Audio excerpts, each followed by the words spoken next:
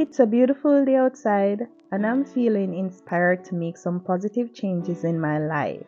One of the areas that needs some attention is my tiny kitchen. It might look beautiful on the outside, but inside my cupboards is a disaster. It's easy to feel burdened when you don't have much space, but I'm going to tackle it head on, and I want to take you on this journey. In this video, I will share with you my food storage organization. And in the next video, which will be part 2, I'll share with you my utensils and plates organization. Let's take a look at my old pantry because I'm going to bring in a new one. If you have a tiny kitchen like myself, bringing in one of these small units can also add extra storage. You can also use this time to take a look at your pantry and see if you're satisfied with the state that it is in. It's clear that I need to make some change, but I'm going to start right here.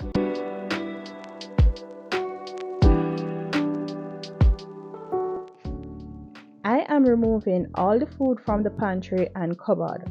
This may seem daunting, but it's the only way to truly assess what you have and what you need. I decided to do this before I go to the supermarket so I can know what to buy and what not to buy. Do you find yourself procrastinating when it comes to organizing? It's time to stop putting it off and just start. Taking the first step towards organizing your pantry can feel daunting, but by breaking it down into small achievable tasks, you can turn your pantry into a functional and organized space that inspires you to cook and create. So dive in, conquer your procrastination, and start organizing your kitchen pantry with me today.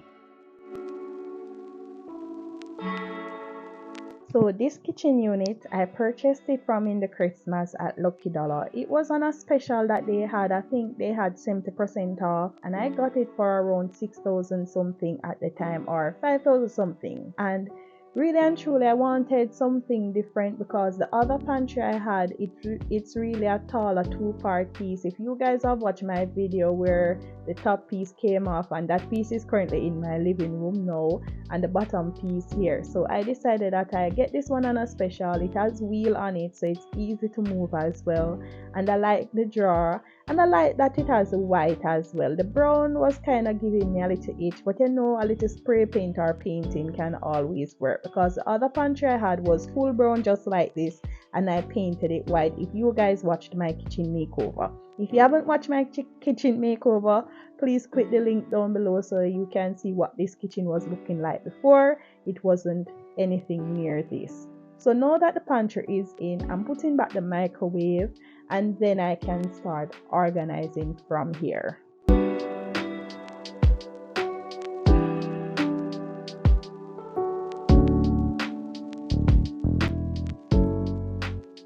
So I am keeping my tea stuff here on the microwave. It is the best place for me because I have a small counter space, so the less clutter I can keep it, the better for me when it comes to meal prepping. Also, when you're organizing your kitchen, organize it to how you and your family use it. Don't organize it to please anyone, but just to please yourself and your family. So wherever you can keep stuff that benefits you and your family, do that. So now I'm removing the stuff from this top cupboard. This top cupboard, I normally have some tin food, ketchup, some seasoning that I use, syrup, and just a mixture of everything. Anything I catch, I just put there.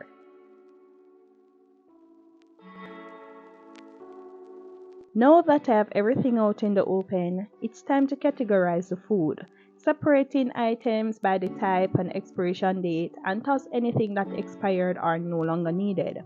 I'm going to group things like pastas, rice, flour, and then I'll put all the tin food and stuff to another pile. This way I can see what I have and what needs to be used.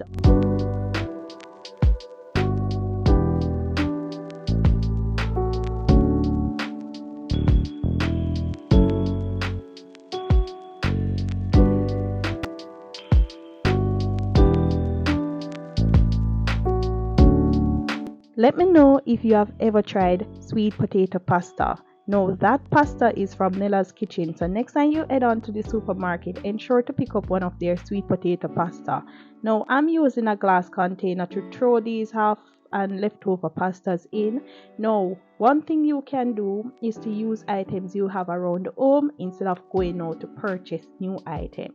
So for example, this is a coffee jar I'm using. Also, I'm using the Alfredo pasta bottles that I can use the cornmeal in, and also other pastas. So sometimes you can use what you have, which is budget friendly, so you don't have to go to spend money to buy other stuff. If you're doing it for the gram and for the aesthetic and to post on your page or your Pinterest and so, then you can always go on out to buy. But if you're not showing off for anyone, use what you have around the home for your storage.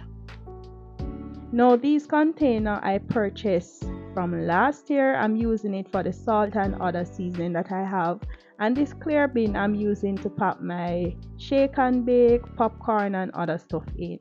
Now this basket I got from Maxi. I bought 3 of them some time ago. I'm using these for the thin stuff. And also you will see some jars that I have with rice and stuff. Those I got from pharmacies. So pharmacies normally have some sweeties that they sell and they have on their counter. When I go there, I normally ask them for the jar. That jar is a good size. The plastic jar is a good size that can hold my sugar, my flour, cereal and other stuff. All of this organization I did, I have to redo it because the kitchen unit that I have here is actually a 2-shelf one. The shelf was leaned up inside and I never realized. So you see, I'm here searching for space and I have enough space now. Wow, I didn't know that the kitchen unit was actually a 2-tier. So with the garlic, I'm going to put it down in the bottom as well, because as I mentioned, it helps to prevent weevil. Now that everything is sorted out and my new pantry is in place and I have an extra shelf, I'm reorganizing this pantry so that I can know where to put certain things when I go grocery shopping. So I decided to keep the tin food at the top here. The rice and other pastas and so will stay at the bottom here. So this is easy accessible for me, so your girl have a lot of space to work with. Don't forget to organize your spices in your cupboard as well. Keep them in a separate container or shelf so that they're easily accessible and visible.